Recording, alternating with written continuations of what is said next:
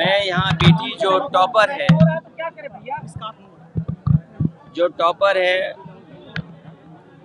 और उत्तर प्रदेश में second number पर उसने अपनी मेहनत अपने परिश्रम से नंबर पाए हैं।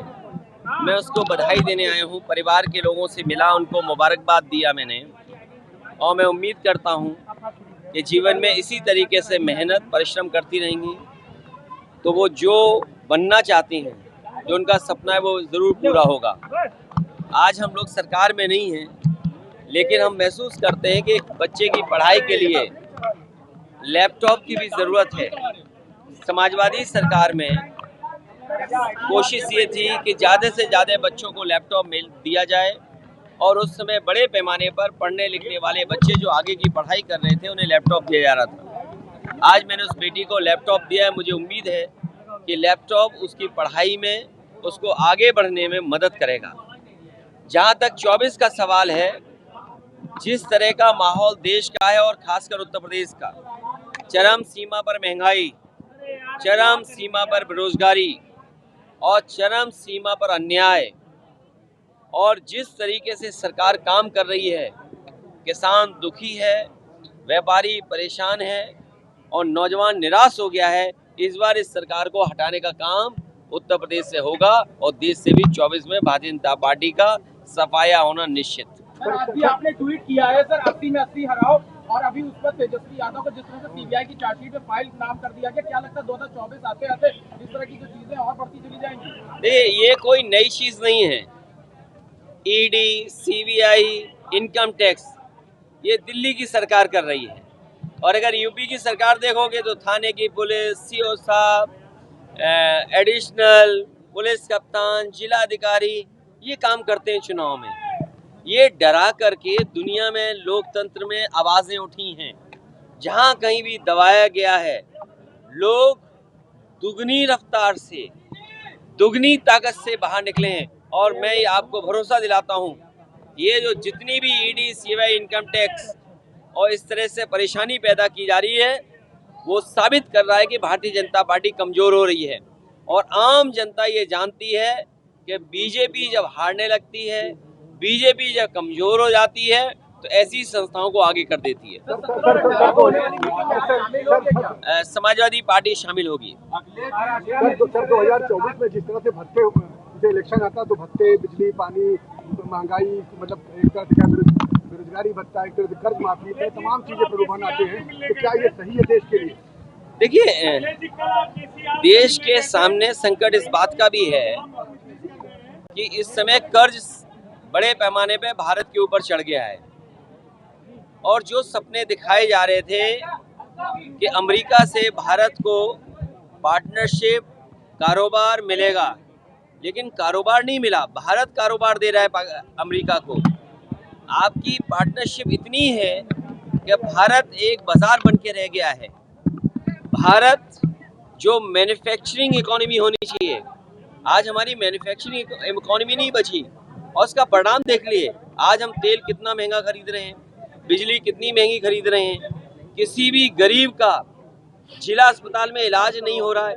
ये बीजेपी सपना दिखा रही मेडिकल कॉलेज, अरे मेडिकल कॉलेज में गरीब का इलाज हो रहा है क्या?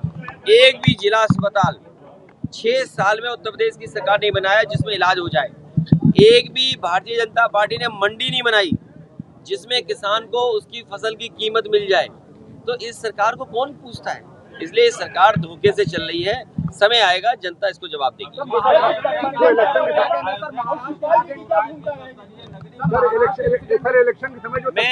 मैं अपने पत्रकार साथियों को धन्यवाद देता हूँ।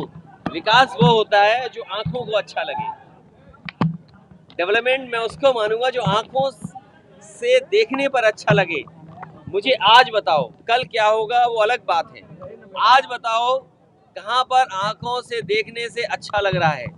सड़कें वही, कीचड़ वही, कूड़ा वही, और जहाँ से मैं मुड़ा हूँ और जहाँ से मैं चला हूँ, सड़कों पे सांड ही सांड दिखाई दे रहे हैं। ये अच्छी बात है।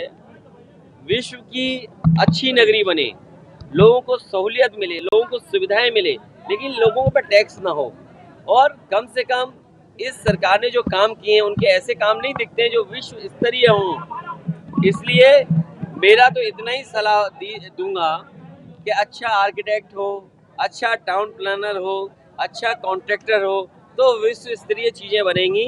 अगर आप भारतीय जनता पार्टी के ठेकेदार होंगे, भारतीय जनता पार्टी के आर्किटेक्ट होंगे, भारतीय जनता पार्टी की सलाह होगी तो ये विश्व स्तरीय नहीं बनेगी, न जाने कहाँ किस स्तर की बनेगी। और मैं आपको याद दिला दूं, एक शहर उत्तर प्रदेश में क्यूटो बनने जा रहा था, वो क्यूटो तो नहीं बना, वेनिस बन गया।